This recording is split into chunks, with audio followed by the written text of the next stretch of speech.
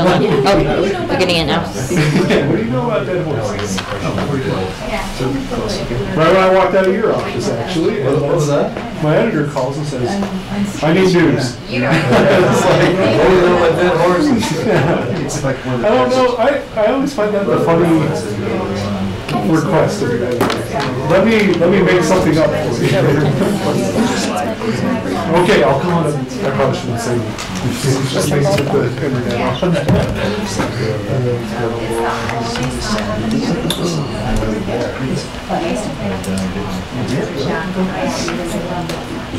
Just I just thought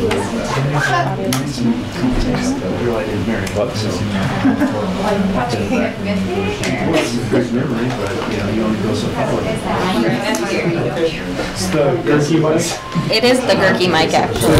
Gurkey mic, so that's good. Gurkey is my one enduring problem. Just kidding. You're always trying to hide in the shadows over there, like I noticed. Dark money, dark lobbyists, dark reporting.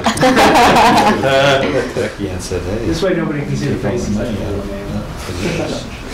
you cut out your hire, I've sat down with Oh, I guess I should get my headphones out too. some money in AR on that account. That's so much down. Our statute says we have 1.1%, which is about half what we should have. 104 million. We currently have 42 million. General fund.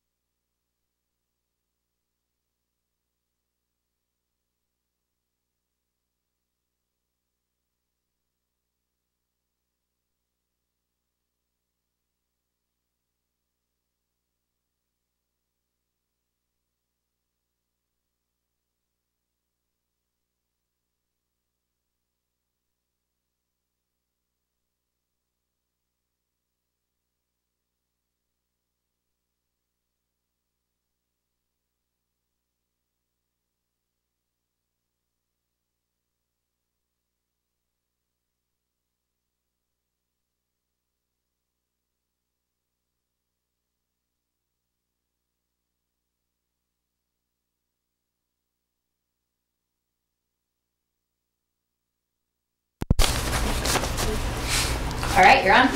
Welcome to the Utah Senate Legislative Update. Today we spent time on the third reading calendar passing House bills and a few Senate bills. We had a number of citations. It was an emotional day on a couple of those citations with the recognition of the Native Americans. And at this point, I guess we'll take some questions. Seeing none. I'll start.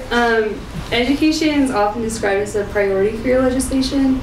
Do you feel like you've done, do you feel like the work done this session is reflecting that so far? Well, we have a long ways to go. We're just early in the session. Our sub-appropriation committees are just getting finished, public ed. My experience has been that education is the first place we fund and the last place we cut. But there's still a lot of discussion to go on with regards to education. There's a House initiative, and we'll look at seeing what the priorities are that come out of the sub-appropriation committee. Anybody on that sub-appropriation? Senator Jones, can you? Yes, there was a $50 million ongoing request for the Modernization Act. There was a $50 million one-time request for the same thing, a $10 million one-time for the STEM expansion. What is that called? The STEM Center. We created last year, STEM Center. STEM Center. So if you add those two together, and these were the recommended by the chairs. So, I mean, that could all change. It was just a 1% increase in the WPU. So, Did they fund growth? half, wasn't it? Well, I haven't heard the explanation. The funding growth is about $68 million. But I think how they got to it in part was projecting the property tax base that goes in part of the increase.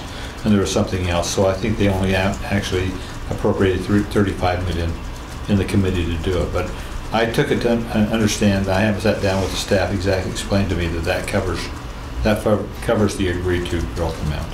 I see. So what is the modernization? Is that the House initiative? Yeah. Okay. $100 million. 50 one time and 50 ongoing. Oh, yeah, 50 on. Does that answer your question? There's some STEM in there too, also, wasn't there? Yes. And plus the 10. Plus the STEM. Yeah. Okay. Other questions? Caucus agenda today? Senator Oberlin? Yeah, caucus today. We may be having a very short caucus. We had a couple of cancellations.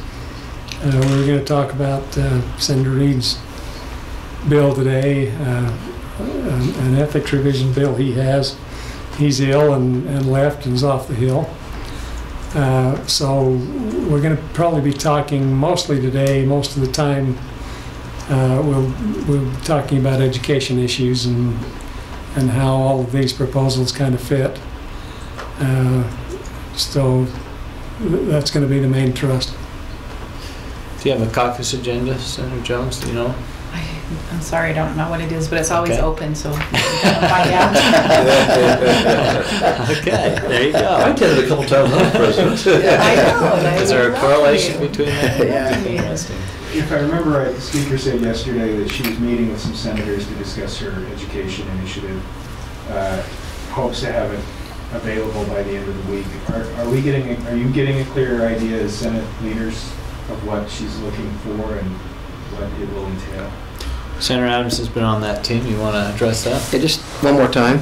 Are you getting a clearer picture of what the speaker's concept is of this, and what's the appetite, or what's the attitude among your colleagues in the Senate toward it? You know, it's premature. I don't know that our colleagues have weighed in on it, but there's been an initiative put out, and there's a bill being drafted, and Senator Stevenson has had a lot of input on that bill, and I think it's been worked on pretty heavily by a committee of both the House, Senate, and the State Office of Education. The biggest issue is the funding. I don't think we really know what the funding elements are yet, but I think the bill itself has had a lot of work done on it. That was for the 50 million one time, the one-on-one Yeah. issue. Yes. And so now there's another 50 added to it in this latest proposal. Ongoing. Ongoing. 50 one time, 50 ongoing is what public So- subcommittee came up with, So I don't think the Senate's really had a good chance to look at it yet, but I think, well, that's probably yet to be, probably still got some work to do. Last night, the bill itself, there was I think we were close. Conceptually, there was still a couple of sticking points in the bill. And